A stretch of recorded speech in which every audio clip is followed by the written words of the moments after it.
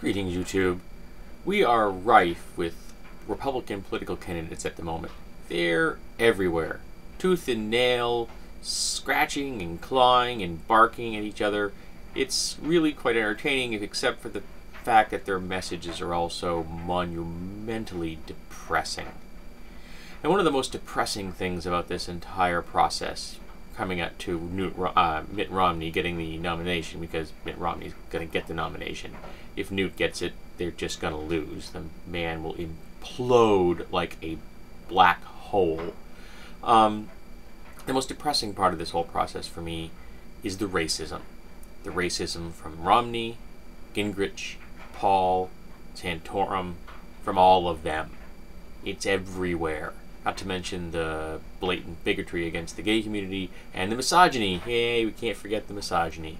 So I'm going to read a quote at the moment from Bloomberg columnist and Atlantic correspondent Jeffrey Goldberg.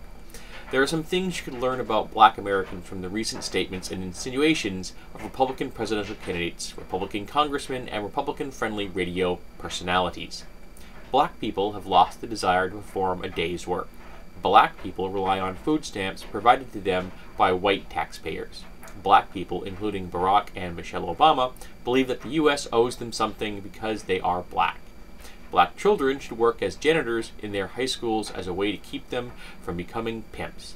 And the pathologies afflicting black America are caused partly by the Democratic Party, which has created in them a dependency on government not dissimilar to the forced dependency of slaves on their owners. Judging by these claims, all of which have actually been put forward recently, here is a modest prediction. This presidential election will be one of the most race-soaked in recent history. It is already more race-soaked than the 2008 election, which of course marked the first time that a black man became a major party candidate. Now, one of the important things to realize is that Rick Santorum recently tried to backpedal on a comment.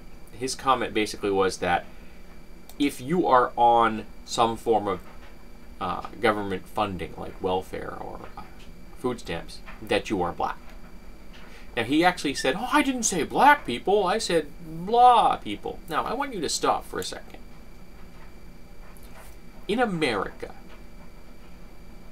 if you're going to talk about a group of people, any demographic of people that live in the United States, and that demographic of people has a title associated with them, and that title starts with 3 letters, B, L, A. Which word is that? Is the next letter after the A an H? Or is the next letter a C, followed rapidly by a K? Come on, you can tell me. Now, my favorite code word used in these elections is, or phrase I should say, is states' rights, used by Paul and his rampant fans. Now, people that say, oh, states' rights, it's all about, reducing the federal government and giving states their power. It's a dog whistle, and it's been a dog whistle for decades. It's a dog whistle for giving the state the ability to roll back civil liberties, environmental protections, corporate taxes, labor rights. It's about making a smaller unit, a state, is an easier group to conquer than taking on the entire federal government. Because remember, the more of us there are in a group, the harder it is to defeat us. Remember that we the people part. By breaking us into smaller units, states, it is easier for the racists and the corporate lackeys to harm the American people. And one of the ways they want to do that is by giving states all the rights they can so that they can then roll back the laws that the supporters of state rights don't like. So anytime someone says the phrase states' rights, even if they're well-meaning, it's a dog whistle to the racists and the bigots.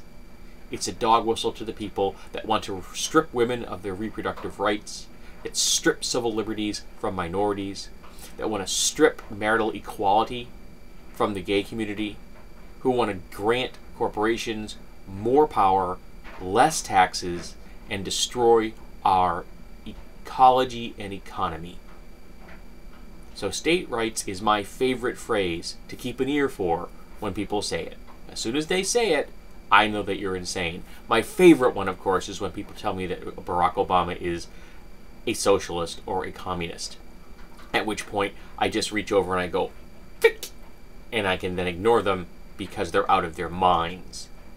Now, there's a quote here that I need to read. This is an old quote. This is not a new quote. This is from Lee Atwater, and it deals with something known as the Southern Strategy. And I'm going to actually quote this. Now, this has offensive language, and I apologize. There's no way I can get around this. It's a famous quote, and I have to read it in its entirety. You start out in 1954 by saying nigger, nigger, nigger. By 1968, you can't say nigger. That hurts you.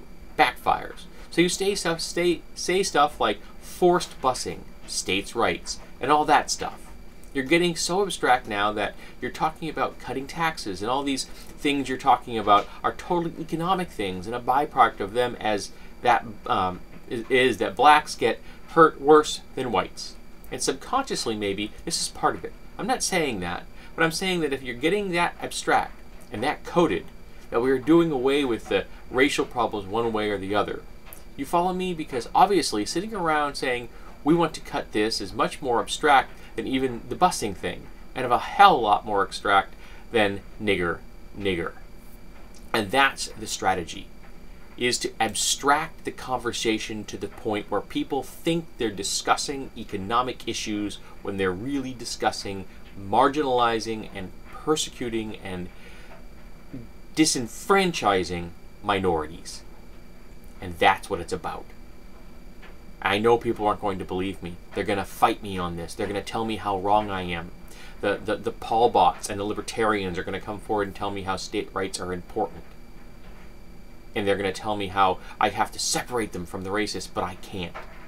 The racists have attached themselves to that phrase, and it is never going to be separated until we finally deal with the race issues in America, which is not being done. And all these code words that the Republicans and the conservatives are using are not helping the process. So keep all of these things in mind and listen when these candidates talk, because those code words are just ways of very euphemistically discussing the fact that they really, really don't like anybody that isn't white.